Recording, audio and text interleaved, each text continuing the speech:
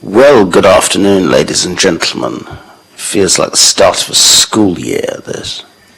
Or at least posters pre-assembly, anyway. Hello. I'm Darren. I'm Darren Sanders, it says in my script here, which is always kind for me to be reminded of. I'm the Liberal Democrat councillor for the Baffins ward. I'm also the Cabinet Member for Housing and Preventing Homelessness. Before I begin, I'm under orders to read out various pieces of safety information related to the Guildhall, which we are in today. If the continuous fire alarm sounds, please evacuate the room and public gallery by the stairwells. Do not use the lifts. Please assemble in a turning circle at the end of King Henry Street past the University's Park building. In order to comply with the Guildhall Trust's fire marshal regulations, anyone who's signed in at the Guildhall reception desk should sign out when leaving the building at the end of today's meeting. You'll also be ecstatic to know that this is being web streamed live. Catch-up, I'm told, is also available. But I have to draw everyone's attention to the fact that that does happen and is happening now. So everyone speaking via a microphone will be on camera, sorry, and that includes those making deputations, even more sorry. Members of the press and public are also permitted to record the meeting on the understanding that it neither disrupts the meeting nor records those stating explicitly that they do not wish to be recorded. Please, can everyone use the microphones? It requires pressing a button that is on there in front of you, which will then turn red. And remember to switch them off when they have finished, otherwise everyone will hear everything. Now, my first role today is to introduce various people, so I will start on my left. Anna. Anna Martin, Democratic Services. George. Councillor George Madge with the Paulsgrove Ward in opposition for this lovely cabinet role. You're very kind. Thank you very much indeed. Meredith. Meredith Hughes, Assistant Director for Buildings. Steve Groves, Head of Building Maintenance.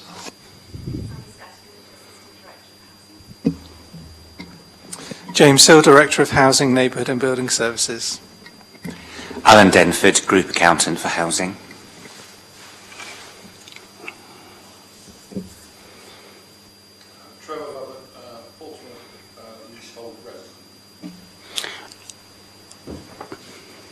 Maria Cole, Residents Consortium. Thank you very much. We also have two people who are in the slightly less expensive seats at the back. Please yell who you are. You don't get away with it. That's right, well done. Nicola Clanahan, Head of Housing Community Services, and Heidi Golder, Resident Engagement Team. Excellent. If you're to observe this, God help you. Right, so we've got various, we start with various apologies. The ones which I have received are from Councillor Cal Corkery, who is the Labour spokesman on Housing and Preventing Homelessness, Councillor Daniel Weems, who is the Conservative spokesman on Housing and Preventing Homelessness, and Mark Fitch, who is neither, but is the Head of Local Authority Housing. We now come to declarations of members' interests, which applies basically to me and George.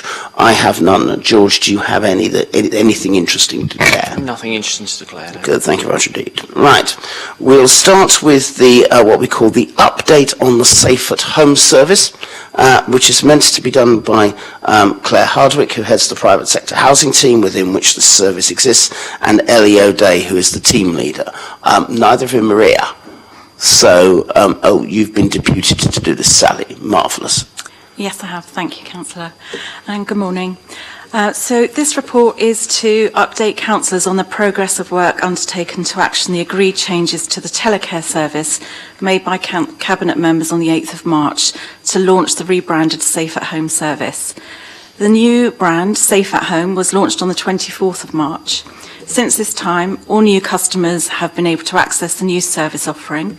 All existing customers have been moved over to the new customer management system, and their alarm triggers are now being handled by the new alarm receiving centre, Astroline.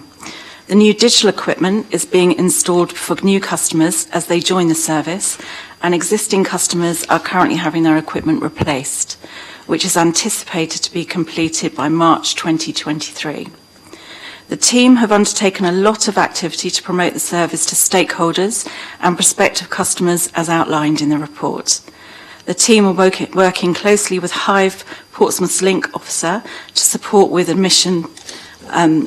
hospital admission avoidance and working with adult social care early prevention. Excuse me. Links have also been made with the U-Trust, adult social care and health colleagues and GPs.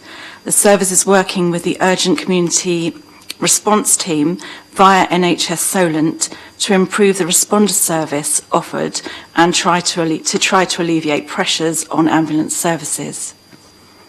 As detailed in the report, there's been a reduction in customer numbers since the beginning of the financial year. The service is now offering to integrate the £55 upfront installation fee into a weekly charge, along with the safe-at-home rental charge. Officers are also focused on increasing referrals from practitioners, examining if there are other means by which customers could get help with the rental charge, and expanding the already sizable range of equipment available through the service. A new GPS-enabled device, excuse me, which will work outside of the home, will be launched shortly, which is anticipated to be a popular offering and appeal to a more diverse age range. That's it. Thank you. Thank you for that, Sally. Maria, did you have any comments on this from the Residents' Consortium point of view?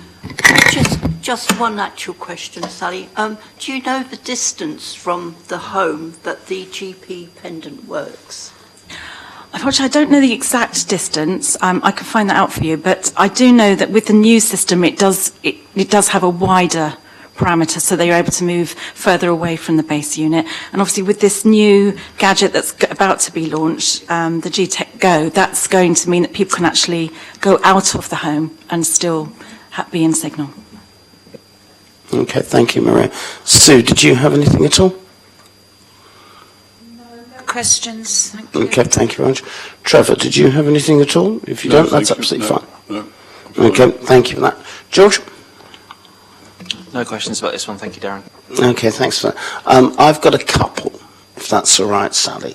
I read in paragraph 364 around how other local authorities are including telecare costs in their package of care, which seems an eminently sensible idea to me. I know there's a wider review of the adult social care provision we're offering in the city.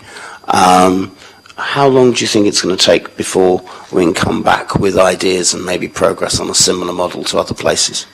Well, we've already had some initial discussions with adult social care, and we've agreed to go away and come up with some more detail and put a presentation together for them so they can get a sort of sounder understanding of the offer that we have, which we're hoping to do in January. So I would imagine round about the end of February, beginning of March, we would have a clearer picture. That's fine. Thank you for that. You say in the report you've lost customers, which appears to be 35 from my stats. Yes. Yeah, so 1,029 to 994 for the last year. What ways are we trying to further promote the service, particularly with the voluntary sector? Yes, well, we had a meeting last week actually to kind of regroup around our marketing strategy. So the team are already going out to various groups across the city and doing presentations and demonstrating the kit that's available, including, all sorts of groups, whether it's, church groups or other voluntary agencies. And they have quite a list of smaller groups now that they are going out to over the new year. And we're also looking at other ways that we can market the product through social media and doing a repeat of the marketing so that we keep refreshing, picking up new customers that way. Mm-hmm. No, I think that's very helpful, Sally, because I think this is going to be increasingly an invaluable service for lots of people. I know in the Baffins area we've just lost a befriending service, which is a bit of a shame for a whole raft of reasons. But I do think encouraging people to feel that they're less isolated and less vulnerable is increasingly important during the winter months and during this cost of living crisis in particular. And I'm delighted that we're able to offer something that will try and help.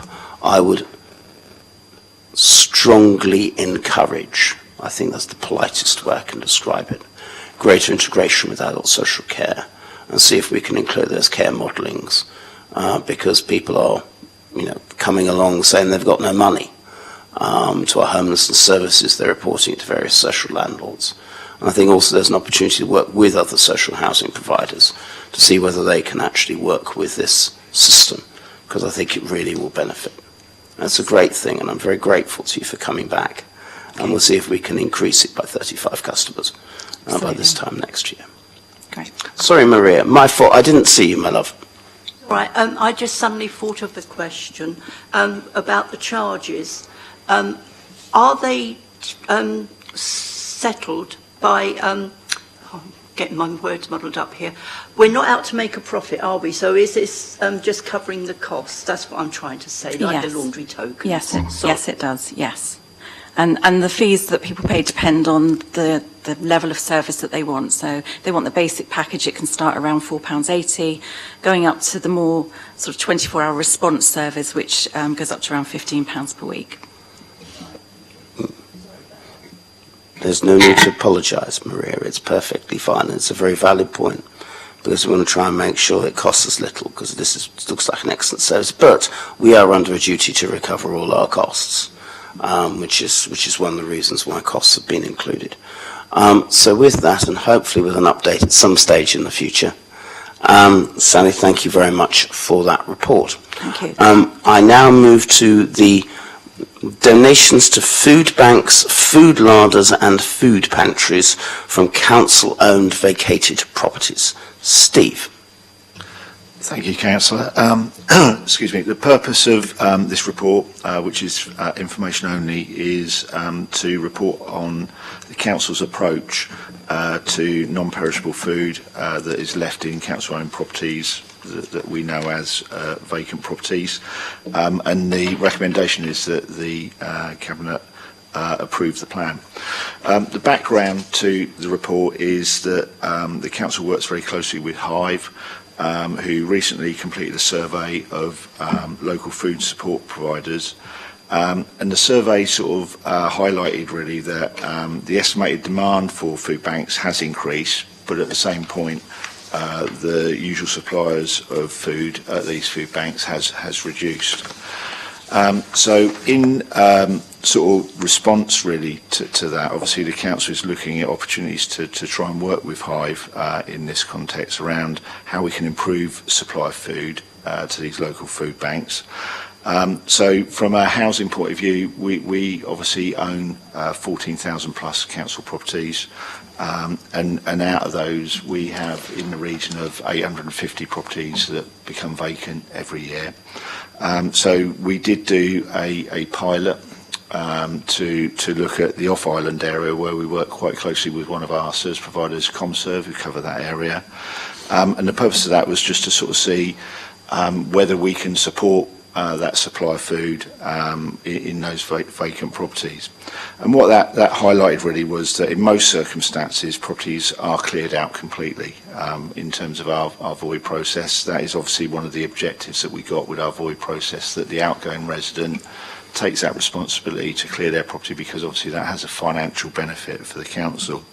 But nonetheless, there were occasions when non-perishable food was left in the property, and that could then be redirected to local food banks, because what it is obviously important, and we recognise that every item counts, however small that is in terms of numbers. So from a plan point of view, and the purpose of the report obviously is we've been working with the housing officers to really reinforce the void process, and continue to explain that with outgoing residents that the property does need to be cleared completely, but also to work with residents, and probably more relevant is sort of where perhaps there's deceased estates, and working with the executors in those instances to make sure that housing officers are really providing advice as well to those outgoing residents around food banks, and where, if they do so wish, they can directly go to those food banks and make those sort of contributions to improve food supply at those situations. We've also raised that at our core group meeting of our service providers on the 23rd of September, where we had a meeting, talked about the situation, talked about the pilot, and all the service providers signed up really to make sure that when we do work on void properties, that they do redirect any non-perishable food left in the voids to the local food banks or pantries or such like. And then within the report, we've highlighted where those and obviously we've passed it on to the service providers that they will they know where those food banks actually are. From a council perspective, there's no additional costs that would be incorporated just as part of the work that they already do. So the supervisors aren't running around delivering food to food banks, but they're really just taking that opportunity when they're in the void. Any non-perishable food, they will take that back to their offices, collate that, and then they will take that to whatever the local food bank is. So there is actually no charge, and the service providers would not be bearing any cost or indeed passing it on to us. So that was the report, Councillor. Thank you for that. Thank you for that, Steve. Maria, did you have any comments or questions on that at all? No. Sue? No. George? A few little bits. Do what you like. Do what I like. Okay, free reigns. Good, good. So I'm going to dig and go a bit political here, which is never good. First of all, are any of these new Penny Mordaunt-backed ones on this list? I can't see any of them currently, but will they end up on, i.e., the Paulsgrove Community Centre one, and the other ones that the Baffins one that she's kicked off with Hive? Are they going to be supported? They're not on the list currently, but are they going to be added to the list? Obviously, we will update the list and make sure that the service providers are aware of whatever the local food banks are. So if there is any updates or there's any changes, then we'll obviously make sure the contractors are aware of that. Perfect. And Darren, I think that it's important that we try and become clear about these food pantries that are being opened currently. At 10 o'clock this morning, I randomly received a call from LBC, from the James O'Brien show, and I was unfortunately interviewed on there for 10 minutes. It was quite interesting, to be fair, because they brought up some history, which is always interesting and nice. But I'm on the call list for LBC if there's any questions in relation to Portsmouth North in particular. And obviously they're today discussing, it's obviously gone to national news about Penny Mordaunt obviously starting up these food banks and so on and so forth. Now, James will remember probably 3-4 months ago I inquired about this because, needless to say, as councillors we aren't allowed to use council property to essentially further our own personal political means, which is correct. And obviously I inquired to the council about how Penny Mordaunt and the local Conservative councillors are able to use our property to further their political means. And it was responded very correctly by Housing that they in fact are not, and that it's actually a Hive project which Penny Mordaunt is supporting through Hive, which is the right and correct thing to do. And obviously it's very beneficial because any way we can get food out to the people that need it is very important. But when the Conservative group are plastering across flyers across the city, and Penny Mordaunt's plastering flyers across the city saying that she has set up food banks and she has used it in council buildings, it unsettles me because that's a political game based on council property. So because the correct stance is the fact that we haven't done that because Hive have done it, I think that we need to be proactive and probably make a counter statement to the media to let them know this, because this morning when I was questioned on LBC, they had the full impression, which I've obviously corrected them on, they had the full impression that they were her pantries, that she has set up, that she has paid for, that she has organised, that she is the driving force of it, and she's quite simply not. She's just supplying a bit of food and being a figurehead for it. So as I say, I think it's important that the department, our department, make some form of statement or some form of point of clarification, because as I say, unfortunately, flyers are currently being printed saying that she has set up food banks within our council property. That's all. Thanks for that, George. Yeah, so just for clarity, because in January, myself and Councillor Lynn Stagg, my Liberal Democrat colleague in Baffins, were talking to Penny and her team about setting one up in our own ward. Our understanding is that Penny has found, and I'm sure I will be corrected if I'm wrong, of about £5,000 for, this is way back, I mean this was the start of the year, late last year, for these pantries in the Baffins electoral ward, which includes part of Southsea, in the Nelson electoral ward, and in the Paulsgrove electoral ward. It's clear that actually this is money.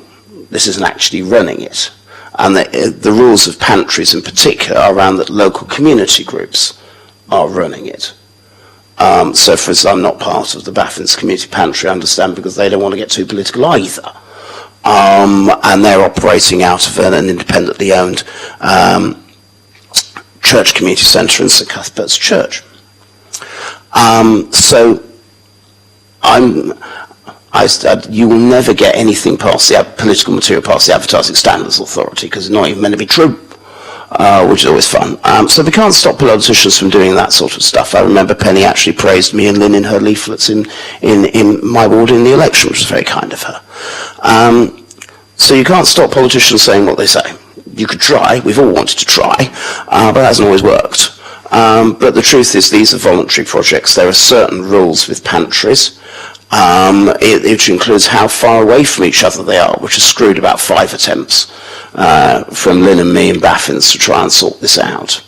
I have agreed to 2 council buildings being used for pantries cum larders. One is Paulsgrove Community Centre and one is Somerstown Hub, because it's right that we let through these buildings. My turn to get a tad political. We as a Liberal Democrat administration have been very keen to establish larders, pantries and everything else because we fully understand that people are going through incredibly tough times. They've just come out of a pandemic. Many people have got no money. Many people are reporting to housing associations and us with what I didn't know was called a negative budget, which I understand is no money. And I think we've got to do all we can to try and help. So I can't be responsible for what politicians say, except myself. But I can vouch for that. I can also say there's nothing wrong with the James O'Brien programme on LBC. As far as this is concerned, this is part of that package, because it seemed to me to be just statement obvious that if people have got spare food in their vacant properties, why not give it to food banks or larders or pantries or whatever? It provides significant social value, and that's why it's important that we're able to do this. I want all housing associations to do this. I want all social housing landlords to do this. I'd love to do all private landlords to do this as well, but we may not have as much control over them as we do with social landlords. So, Mered, if it's possible to write to them, to ask for them to do it, I would personally love to see the answers, because I assume it's all going to be a series of 3-letter answers called yes in each case, and then we can try and work together, because we've all got to work together to get through the cost of living crisis. And we've all got to try, as I say, to work together. Politicians will do what they do, but the important thing is to try and help people in whatever ways they can. James. Thank you, Councillor Sanders. I just thought I'd clarify as well, or for completeness sake rather, we didn't draw it out as we presented the report, but this includes the stock that Portsmouth City Council holds in Havant Borough Council, and you'll notice on the list of food banks, pantries and larders, because they're very different things. It includes those that are situated in Havant, and we will continue to build that list as well. So we're using the stock in Havant to the benefit of Havant Borough Council and the local communities out there as well. That's very kind, and that's the right thing to do. And I would suggest that, I understand many social housing associations operate within Havant as well as Portsmouth. So we'll try and make sure we can boost that. And if there's any gentle way we can persuade our Havant colleagues, or our colleagues on Havant Council, to be equally proactive, that'll be useful, because we've all got to do what we can to try and get people, often vulnerable, often scared, often worried, to try and live through this crisis that exists. Mered. Yes, just to add, Councillor Sanders, that officers from Port City Council have a regular interlock meeting with our counterparts that haven't, and tabling of this report and the outcome from today, it will be part of the next agenda, so we can share that with our colleagues, and perhaps they can undertake a similar exercise with the RSLs that operate in their area as well. I look forward to that happening, and I look forward to being out in the open. We've all got to work together. And if there are any barriers, I'm sure we can all work together to try and overcome them. But if no one else has got any further comments, then I'm incredibly grateful, Steve and Moret, for this. Please continue, and please try and persuade other people. We all should be working together. And so on that bombshell, as it's described, I would like to close the meeting, please, Anna, at 12:27 p.m.